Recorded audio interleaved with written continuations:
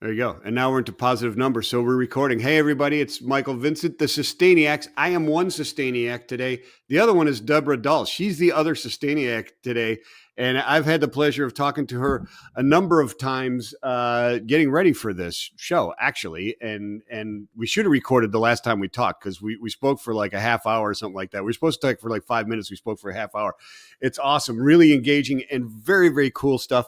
Deborah, thank you so much for coming on the show. How are you today? Oh, thanks for having me. I'm looking forward to this. I am super. How are you doing? I'm doing really, really well. I'm an entrepreneur, as you know, and I'm trying to, things are, you have those days where it's awesome. And then the next day you're like, what am I doing? And then you're calling friends going, please tell me I'm doing the right thing. Today is one of those days where I'm on top of the world, right? It's really good. So by noon my time, maybe 1 o'clock, I'll have gone through 3 or 4 peaks and valleys, I'm sure, as it goes. But so Deborah is so you do a ton of stuff, and a lot of stuff that I'm interested in, and my audience is interested in as well, because we're talking about supply chains and we're talking about sustainability in supply chains, which you may or may not have noticed is kind of a hot topic these days, isn't it? It sure is. A lot of people are talking about it. I think a lot of people are looking for what to do and where to start and resources. So, looking forward to sharing what I know exists, and certainly happy to swap notes and ideas with anybody out there who's trying to make some progress. Yeah, and that's a great point, because you're as far as I can tell, the two things that I know from stalking you on LinkedIn is you're pretty active in two things that really strike me, and I'm sure you're active in many more than that. But so we're Gen Pact, right? And also the other one, the circular supply chain network, which would be more of an ideation, socialization type of thing, right? Which is something people should get into. So, I mean, just right now, I'm going to say it. Look it up, because I joined. I've advised many other people that I know, and I know a lot of people in supply chain. Hey, check this out, and check out Deborah Dull, what she's doing. Circular Supply Chain Network. Look it up and get involved. Or just look her up in LinkedIn, because you can get there through there as well. It's really cool stuff. Give us the elevator. What is Gen Pact, and then we'll talk about the supply chain network as well. Sure thing. So, by day, I'm a vice president and the global supply chain sustainability leader for Genpact. We are a spin out of General Electric, actually, from about 20 years ago, taking the center of excellence in creating a standalone business. And since then, it's grown. The joke I make, I only started in January, so that's 7 months ago. The joke I make is I sort of gave up trying to make the list of what we do, because we do so much. And I've started to make a list of what we don't do, which is much smaller. So we cover many, many, many areas of business. The work that I lead, of course, is within our supply chain team, and really focused on how do we operationalize the targets and ideas and commitments that supply chains and their organizations have made around sustainability. So it could be around material use, it could be around emissions, it could be around what we call fair operations. So how are we treating the people who work throughout our value chains? And one of the challenges we see, of course, is that the standalone software solutions that exist for these today often don't really talk to our operational decision-making tools. Right. And so it's really tough for us to really make progress. So we can talk more about that. Genpact, very large, about 120,000 people all around the world. We do consulting work. We do a lot of digital strategy and implementation. We also do some managed services. So we run supply chain as a service for a couple of large brands. That's by day. We'll come back to that. By night, I founded and run a nonprofit called the Circular Supply Chain Network. We are part of a program from a fiscal sponsor called Sustainable Seattle, a really, really interesting organization, and happily they exist so that they can give us our nonprofit status. And we are, again, make the joke that we're a group of strangers that met on the internet. Some of us have managed to meet up in real life, but for the most part, we get together every week. There's about 15 of us, sticky volunteers, and another 10 or 15 that come in and out. That's the core team that operates the organization. And we keep being asked to take on different pieces of work. So we've hosted some student hackathons, we've hosted some webinars and virtual events. We're actually just wrapping up some work with the Ellen MacArthur Foundation, who's sort of the OG in the circular economy space, really exploring what's their perspective on supply chain.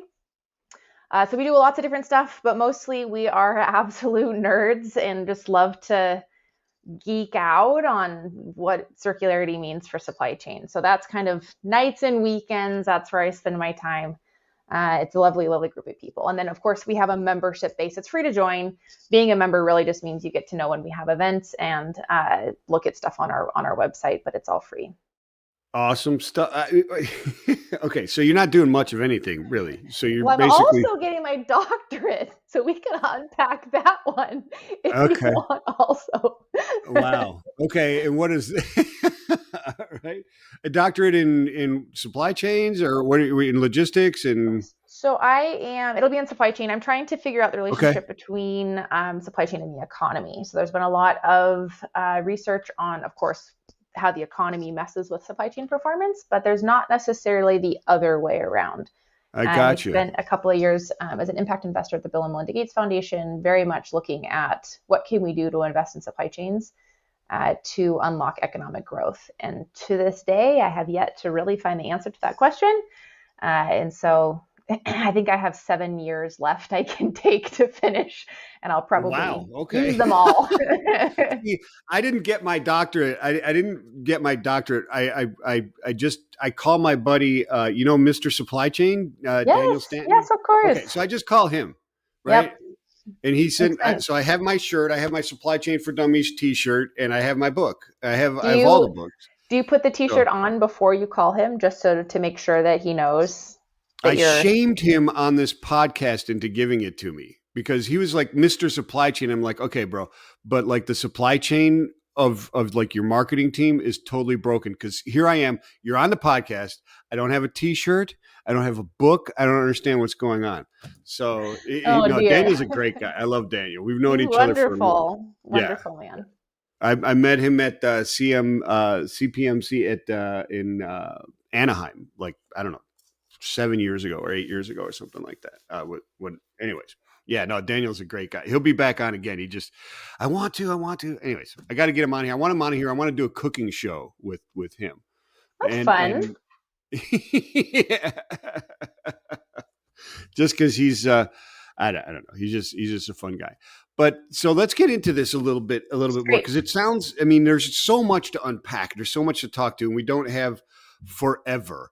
But I want to know how did you, so let's talk about you a little bit. How did you get into this and your focus? Because I geek out over supply chains as well. I've been doing this for 35 years. Not this. I've done everything except physically run a railroad. So I've been in every aspect, even installation and takeaway of appliances for Sears Logistics. So, I mean, air freight, ocean freight, LTL, truckload from asset, non-asset, liner services, NVOCC, I've run container freight stations across Central America and the Caribbean and the United States, all that types, and into the data space with FreightWaves, right? So product development as far as all that stuff, the Sonar platform, et cetera. So I geek out over this stuff incredibly. And I think it's really interesting to talk about sustainability and supply chains because I look at it as two different things, right? Or there's so many different perspectives to look at it and how to discuss it, right? Is your supply chain sustainable or reliable and healthy and resistant to things like what we all learned a few years ago, COVID, right? And that type of stuff, and geopolitical events like the war, Ukraine, the aggression on Ukraine from Russia, and that type of stuff. But then also, is it sustainable from an environmental standpoint, right? And how all that mixes, because sustainability and the pressures to be sustainable are going to impact the way your supply chain runs, right? But then also your sustainable efforts on your supply chain are going to impact how supply chains run. So there's all these things you're trying to, right? So Definitely. At Genpact, both things that you're doing here are kind of, one's more social, I guess, in the nonprofit, but the other, Genpact, your ideation, software development, that type of stuff to handle these different things. How did you fall into this from GE? Was it this passionate, hey, we need to be sustainable, or did it just come about because the principles actually mix? Yeah, it's a good question. I got into sustainability, gosh, a bit of a winding road, really. I think there's always been a mission driven, passion driven, purpose driven focus for me. Yeah. And started out my career actually at Microsoft, and that's met somebody there who then introduced me for the role at the Gates Foundation. And that's really what got me started on the S and the G of ESG, I'd say. A lot of rights work in terms of medical support and what people have access to around the world, and a lot of governance, a lot of stakeholder alignment, a lot of what does good look like, how can we amplify each other's work. So really, really interesting. I transitioned out of that role and into GE, and in between those two roles, I interviewed for a role I did not get at a company. And part of that process was I needed to write a paper about the relationship between circular economy and supply chain. And at the time, I had not heard of the circular economy, and probably good I didn't get that job because I went on to do other things.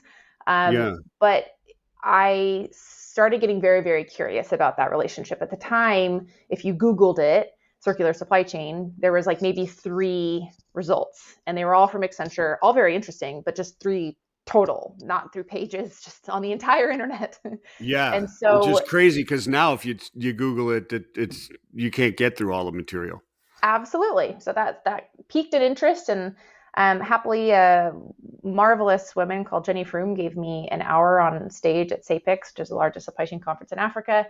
And I got to talk about what I think that means and what's the point of talking about it in supply chain. And a lot of this is around material security and the disruptions that we're all feeling. And one of the ways around those disruptions is if we treat our materials differently.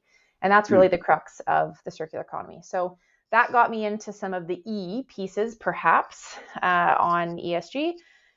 And then my last role that I was just at, a company called 0100 out of London, which is a community for chief supply chain officers and their direct reports. And in that role, I did a lot of research, kind of like as an analyst, around decarbonization. And in order to do that, need to figure out what does a supply chain actually do that even causes an emission. Yeah, which if you exactly. can imagine, that really didn't clearly, plainly exist out in the public domain as I started doing a lot of that research. So that was one of the last pieces of analysis I did last year, which is actually publicly available on the 0100 website, that breaks down plan, source, make, move. What do we all do that actually causes these emissions, and what can we do about it? That is awesome stuff. So one of the things that you said, learning about the circular economy, et cetera, right? So I want to ask you this question. I was reading this article, and I forget who wrote it, but they were talking about the opportunities that the excess inventory from the bullwhip effect of the COVID disruption, the opportunities that it actually presents for companies who are willing to look at it in a circular manner and look at those end things, right? And my thought process immediately was, well, shouldn't they have been looking at that all along? I mean, aren't those the basic principles of what we should be looking at as we're in our businesses when we're looking at supply chain? Of course. I actually don't think that thinking in a circular way is a big departure for us. I think it actually helps us understand, for those of us who have been trained in lean management, it helps us figure out what's next after lean. I mean, we continue to improve, but there must be something else, right? Yeah, see, that's what I was saying. It goes all the way back to Schuhart and Plan, Do, Check, Act, doesn't it? Of course it does. So once we lean out our operations, we've gone zero waste to landfill, then what? And I think this model, the idea of a circular operation, gives us a path to keep going on that journey in a way that's not an incremental change, but as a stepwise change. And one of the ways that happens and can help us is if we think about the 7 deadly wastes. I won't go for the 8th right now on people waste, just the 7 Is that the traditional. movie with Morgan Freeman in it? Is that? No, like, the seven wastes of Oh, okay. lean management. I So, know, I know. I was motion, joking. I was transportation. joking. I was I joking. am I was so not a movie consumer, so okay. Well, there's somebody out there will get that joke and go, "That was a good thank one." God. Please tell me who you are. Um, anyway, so if we think about these wastes that we just sort of accept in our operations, transportation, motion, overproduction, so forth, actually, if we adopt a circular strategy, we don't have those anymore. And so it gives us a way to move past or really embrace lean, depending on how you want to think about it. So Yeah, I it think it's a really does. wildly interesting tool set that we can use to get around some of the constraints that we're all facing right now. I think it's really interesting that as we go through this and we see these different things, and maybe you see the same thing, but what really strikes me, all of it geeks me out and makes me really interested. I'm very interested in it, but obviously, but what strikes me is that there are companies and pockets of this that have been there for years and years and years. I mean, Definitely. just Renault Automotive Group. They've been doing this since they started. Yeah, Yeah, I mean, they're they're one of the so first. far Yep. ahead of Yep. everybody in this type of realm. It's unbelievable, right? Definitely. And How does it stay like that? Where did people go from that type of concept to this just extract, make, use, and throw it away? How did that? I don't. Was it just a chase for dollars that did it, and fast fashion, fast dollars type of thing, or yeah, I think it is. I think the yeah, supply chains that we have built today mostly were not built for resilience or transparency. They were mostly built to save a fraction of a penny. And we've seen some really interesting, of course, developments around the world. Specialization, that one area, one geography is really good at this one specific task. So you might yeah. see something shipped around the world just to be packaged. Um, Jeans that we all wear go 40,000 miles when you add up the distance of the thread and the zippers and the button and the dies and all that kind of stuff. And so it's Oh just yeah, kind of no, amazing to think I was about. involved in the 501 trade down into the Caribbean big time, sending the denim down and bringing back finished products. Yep. Which is it's fascinating how we ended up here. But maybe cause for pause to think about if there's another way that we can operate. Well, I mean, I think we got a big slap in the face. Like, hey, wait a minute, you've lost it. And one of the things that I think of as well is like we've bastardized just in time so far that we've just taken it way too far. Right. Right? I mean, it isn't meant to be that out of control, right? That's not what it was invented for. It was actually invented or came about through necessity because Japan had no raw materials or natural resources after World War II. They had no choice but to be just in time, right? That's kind of where it was born, right? Out of necessity, not trying to be, more efficient. Definitely. And, it's not meant for every supply chain and every strategy either.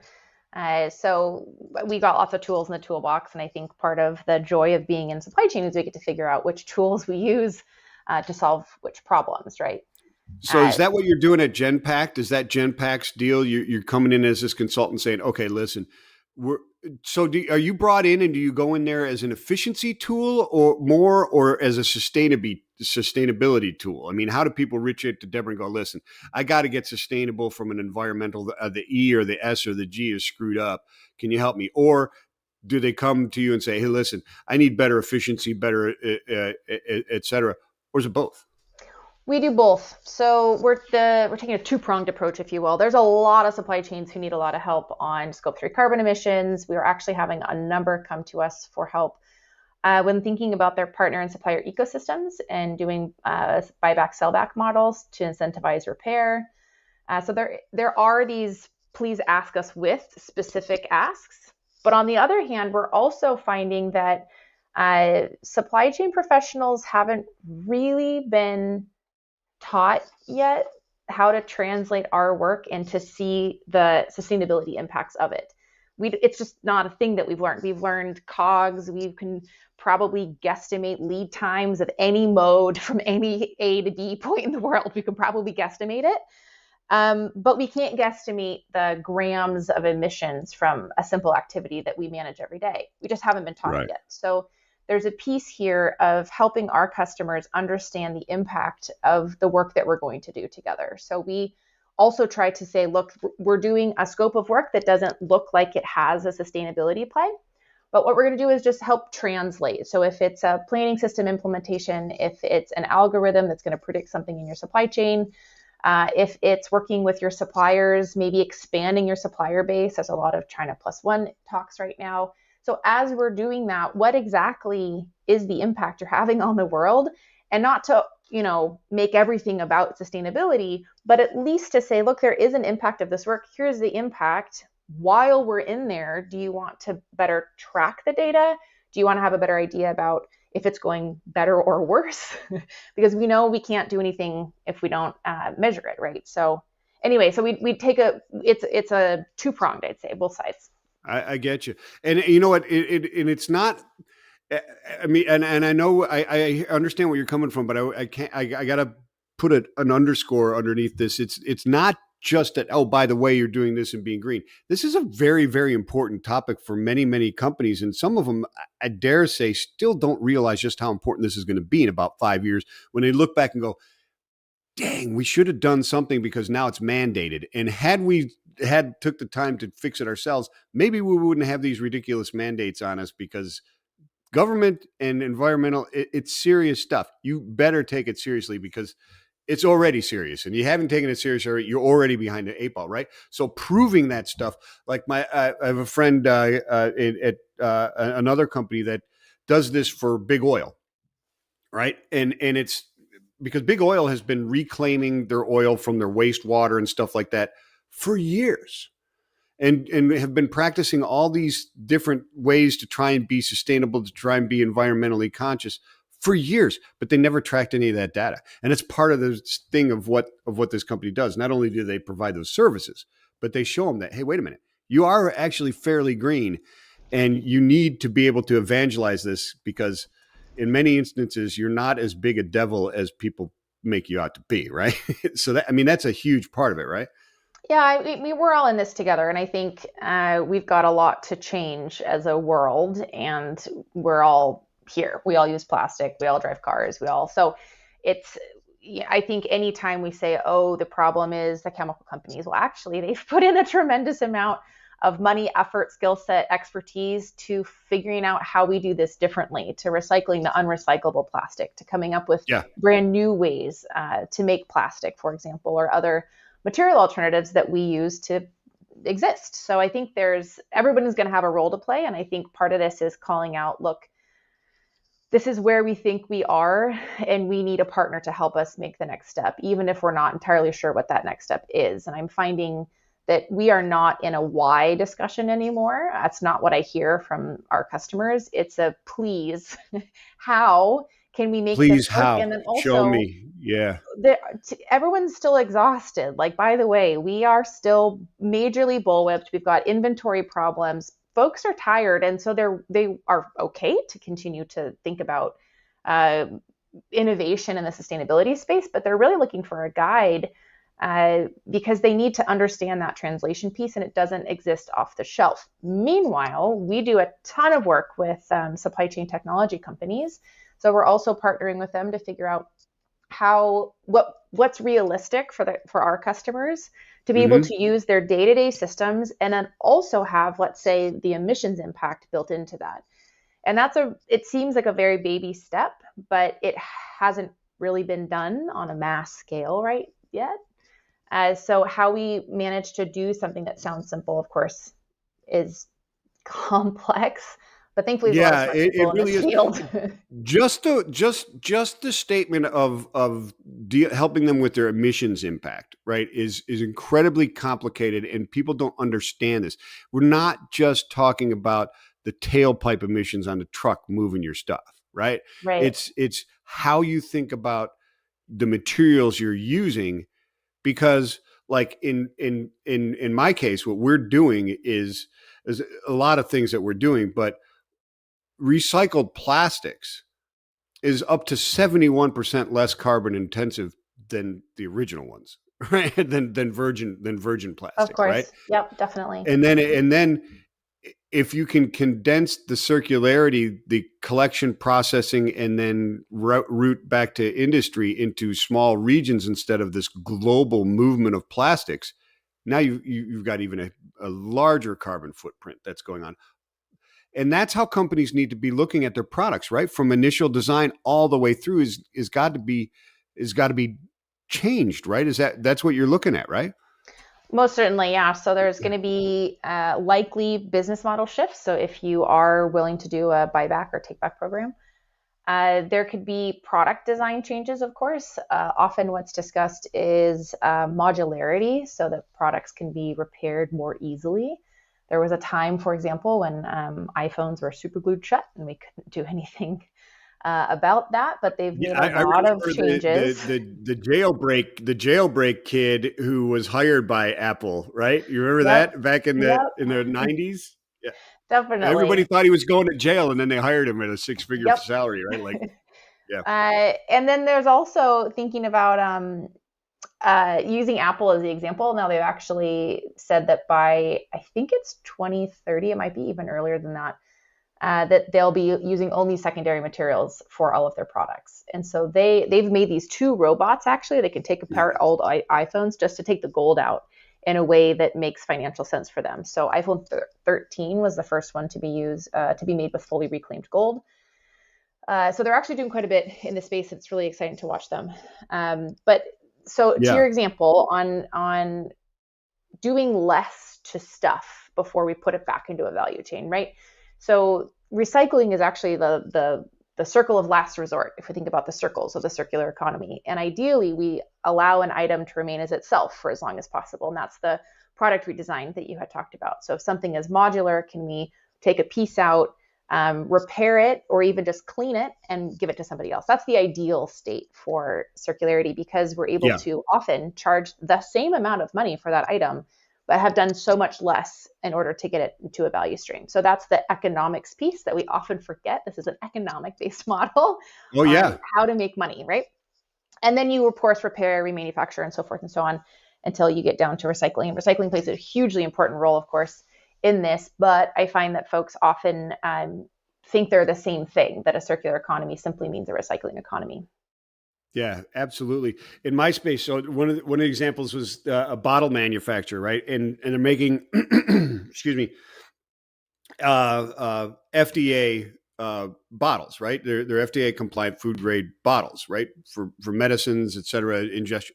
So their production is very, very strict. So they have a lot of, just this one location has up to 5 tons of rejected bottles every week.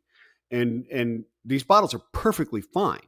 There's nothing wrong with them. They just don't meet the FDA compliance because somebody sneezed near them or one of them dropped on the floor or something. So these are going back and they're being ground up and then made into irrigation pipe. Why are we doing that?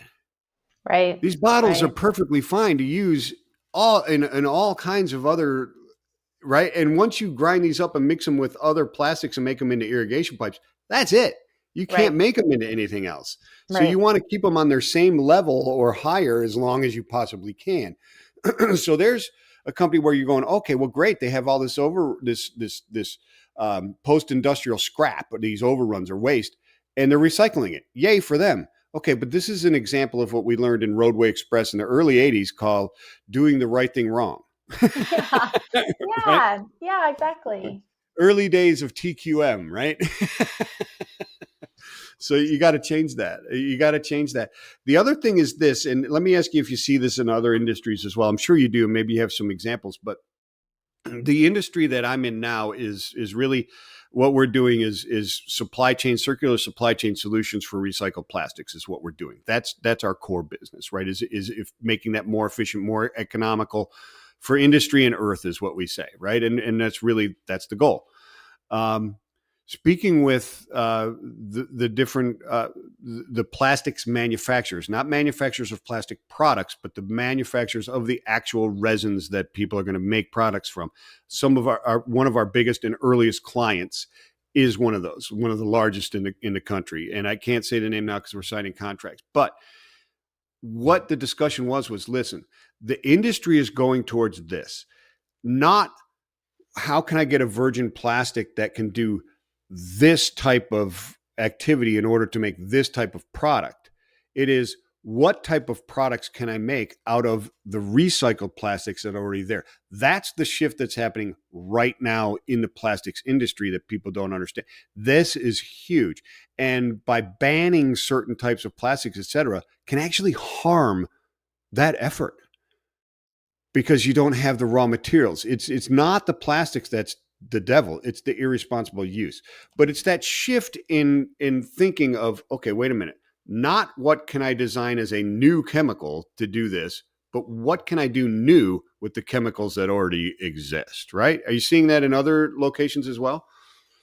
Or verticals? I mean, it's Ooh, like plastic's Renault, right? really unique in that way because there are so many different types of plastics Sure. and so forth. So I think plastic's fairly unique. But what I am seeing is a shift and a recognition towards more what I would call urban mining.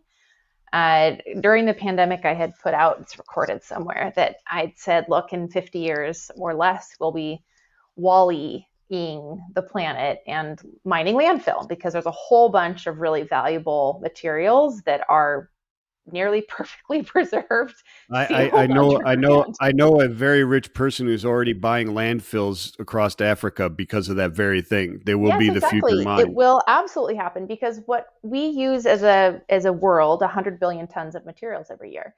The vast majority, 92.5% currently, come from the planet. That's not this it's nuts when we start thinking about how much effort it takes and heaven forbid Wait, we where's pay the other everyone. where's the other nine? Where's the other 7.5 coming from? Mars? It's Where's that? circulating. Oh, okay. I was going to say, where's the other one? So it's just It's circulating. secondarily one generation removed from the planet, right? Yep, or two, maybe three if we're lucky. Maybe But three. it Gotcha. didn't come from the inside of the planet. It's already been detached. And so I am seeing more and more of an interest in what you're describing. Look, here's the materials that do exist that have been already mined and processed in some way. Now what do we do now? And so it'll be an interesting shift, particularly as we've spent 70 years developing a convenience society, especially in America. But you're starting to see, ongoing work from different fast food providers on how to have these ecosystems of reusable containers. So even if you don't want to take your own cup with you, you can borrow a cup for a few hours and drop it in a bin that's really easy to find. I think we do waste management totally wrong as society. There should be one option for people to do, and that should be the right option, and it should be very, very simple. Today, depending on your municipality, you can or cannot recycle. It's commingled or not. You can do green glass or clear glass or no glass at all. And it's tough. It's tough for people to know what to do. So we've got this infrastructure piece that needs to be healed and repaired and connected, digitally connected. There's so much cool technology now that robots can look at our garbage and pick it apart for us, and we can help these waste streams that really are more like raw material streams that Yes. can be reclaimed. I had done a Yes. talk once for a team in Europe, and somebody was working at a waste management facility in Sweden. And so they actually managed to change the rules because they were getting so many fully functional products thrown away, like toasters, that fully work. Plug them in and they work right now. Yeah, they just want the next model. Yeah, and whatever, they just checked it out. And so they actually figured out how to start being able to reclaim the value that's already there. So I do see this shift. I see us talking about it more. We've got a lot of systems to solve, a lot of infrastructure to solve, Yeah. but that's what supply chains do. That's what we do. We figure out what needs to be done, and we figure out how to build a network around that. Yeah, it's interesting that they're getting into toasters and stuff like that. I mean, back in the day, the takeaway of appliances when I was I ran a team of people for Sears Logistics back in the day, doing installation of appliances, right? So the appliances that came back and then moved to another company that refurbished, and then shipped them overseas and then sold them like South America, Central America, poor, less developed countries. And so that circularity, that reuse was certainly there and major, but you see it, smaller ones are a little bit more difficult, right? I mean, Yep. I just want the latest model and because now I've got a toaster that I can just press boop and it's got keto. It's got a keto setting on it, right? So it'll toast the keto bread differently than regular bread. It does. It's interesting. I'm like, what does that mean? Does that like take all the carbs and just make it pure protein? Is that what that button does? Because that's awesome. That would be so cool if we were at that point. I can't wait until we're at Star Trek when they make us our little food on demand, the replicator. It's very exciting times. My daughters have, Barbie house where it's a food printer, right? And it prints you out It's all carbon. We're going to figure it out. We're not that far away from it. Check out Air Meat. Oh God. It's a company. Air Meat? Yes. Originally from trying to solve for how NASA would feed their astronauts, capture the CO2 they're breathing and just turn it into protein. Some women found that paper and then she was like, wow, I bet we could probably do this. And they can, and they're doing it now. So very, very interesting. Everything, it's just carbon, reimagined carbon. So that's a whole nother podcast. What do we do with carbon? So if you could make protein out of methane, a person would just be a circular economy itself, just running around feeding itself. Probably. It's very, very interesting. Gosh, no, it's gone. Pre-replicator, there was something there, but the thought has left. It is gone. It's all right. So that is incredibly cool stuff. So at the Circular Supply Chain Network, yes. Okay, who should be joining this? Why should they be joining this? You talked about, because I joined it and now I get information, right? How do I join it and be a principal, if you will, not a principal, but someone who's actually involved in creating this ideation product and exhaust for people to consume? How do I get involved that way as well? So explain. Perfect. What are you guys doing? What's cool, and how do people and who should be involved? Great, all good questions, and thanks for the space to talk about it. Absolutely. This came about 3 years ago. A very interesting week. I don't know if you've ever had these when the universe kind of thwops you over the head with something, where several people asked me to start something, to have a space for supply chain professionals to talk about circularity, because it didn't exist at the time. And many people asked me in the same week who are not connected to each other. So I finally threw my hands in the air. My friend Sneha was the final one that I said, who's going to even show up to this? And she said, who cares if it's just you and me? Then at least we get together and talk about this. And that's what sold me. I said, great, as long as anybody shows up, we're going to do this. Great. So if you go to our website, which is circularsupplychain.network, it actually is a scroller explainer experience on how we ended up where we are today and how a circular supply chain is different than a linear supply chain. It should take you just a couple minutes to go through, and you'll glean a lot of the points. Then you can do a couple of things. You can join what we call the members circle, which is you give us your email address. That is all you have to do to join. And that's, again, so that you can access the information that we're going to send out to you. But also we have a small but growing an LMS, a space for different content and learning. So that will expand, especially on the tail of this partnership I mentioned with the Ellen MacArthur Foundation.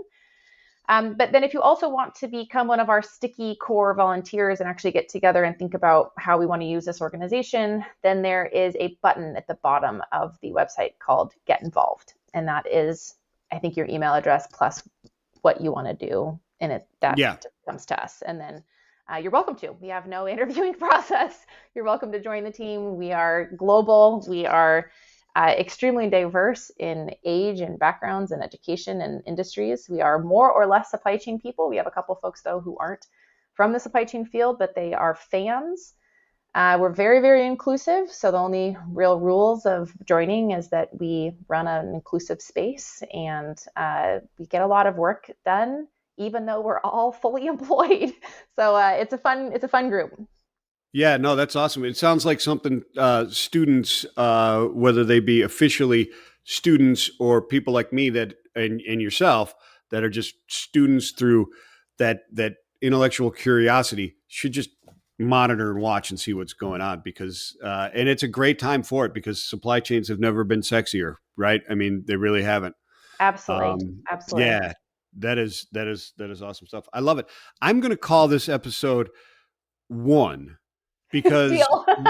you got to come back, right? There's so much more that I want to talk to you about because we didn't even get into the concept of a sustainable, how sustainability is impacting circularity or the, the supply chains and how sustainability of supply chains is impacting everything else and geopolitical spaces and the E and the S and the G and breaking those apart because there's so much to talk about. I mean, and Absolutely.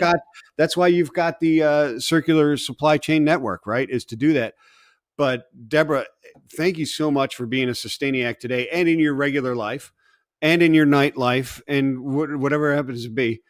Um, so, and with those books, the next one we're just going to start and we're going to have Deborah just read from each one of those books behind her and we'll just go from there. We'll do them on audio. That's perfect. And now I know better, and I should have sent you my own book so I can do that for our next You need time. to do, okay, yeah. So we got to I'll do do that number for two. next So time. yeah, number two, we'll get that scheduled. Number two, please. Perfect. I'd love to have you do that, and we'll talk about the book, et cetera, and unpack some of these other stuff because this is great. And keep evangelizing the circular supply chain network because I'm down with that. I'm going to get more and more involved with that. I think it is tremendous, and I think supply chains and our bastardization of some of the principles have gotten us to where we are right now. And it is what is going to solve the issue as well Yeah, and move it absolutely. forward. And the other Absolutely. thing that I think people forget is that this is I look at this as more of this blue ocean of opportunities that are just amazing and not this depressive, oh crap, now I got to spend money to do this and it's going to kill my cost. No, no, no. This is a whole new world of opportunities that we can tap into. That's my viewpoint. Absolutely. And I think if I leave one thought, maybe a teaser for the next conversation Right on, on. I think there's always an assumption that doing the right thing is going to cost more, always. And it's not true. Sometimes doing good supply chain, running a leaner space, more efficient, cutting miles, cutting materials is also good for the planet. But until we know, we don't know. And so that's one thing to keep in mind that part of what we get to do is balance the equation of being a good supply chain. Service levels all seemed really, really expensive until we figured out how to use inventory to our advantage. And Right. I think the same way can be seeing sustainability as a very interesting innovation constraint that we can put onto our supply chain. Imagine a world that works still within that constraint. And then maybe you're going to come up with a couple of really interesting ideas for what you can use moving forward. Excellent stuff. We'll leave it right there. Everybody, thank you for listening, watching, attending. And this is number one of right. We'll call it Yeah. value change with Deborah or something, Perfect. For right? catchy. Right. So this was episode number one. Hey, stick around. Number two is going to come up soon. Episode number two. We're not. Okay, forget about it. Anyways, peace and love, everybody. See you later. I don't want to get any further down that road.